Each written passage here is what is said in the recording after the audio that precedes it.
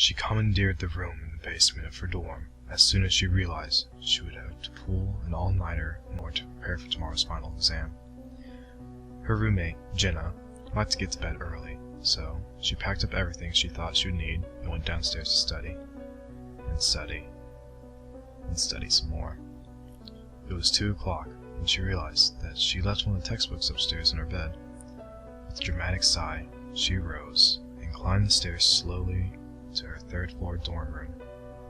The lights were dim in the long hallway, and the old boards creaked under her weary tread. She reached her room and turned the handle as softly as she could, pushing the door open just enough to slip inside, so that the hall lights wouldn't wake her roommate. The room was filled with a strange, metallic smell. She frowned a bit, her arms breaking out into chills. There was a strange feeling of malice in the room, as if a malevolent gaze were fixed upon her. It was a mind trick. The all-nighter was catching up with her. She could hear Jenna breathing on the far side of the room, a heavy sound, almost as if she had been running. Jenna must have picked up a cold during the last tense week before finals.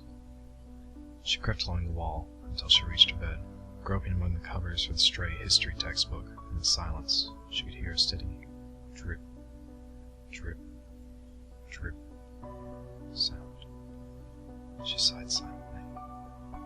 Facilities would have men come to fix the sink in the bathroom. Again. Her fingers closed on the textbook. She picked it up softly and withdrew from the room as silently as she could. Relieved to be out of the room, she hurried back downstairs, collapsed into an overstuffed chair, and studied till 6 o'clock. She finally decided that was enough.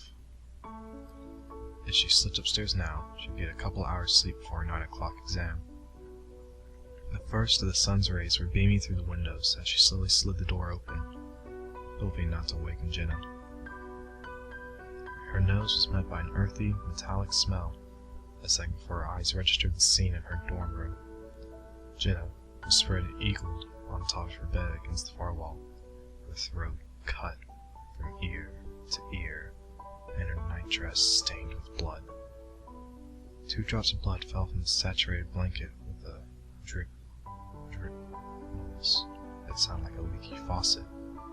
Scream after scream poured from her mouth, but she couldn't stop herself any more than she could cease wringing her hands.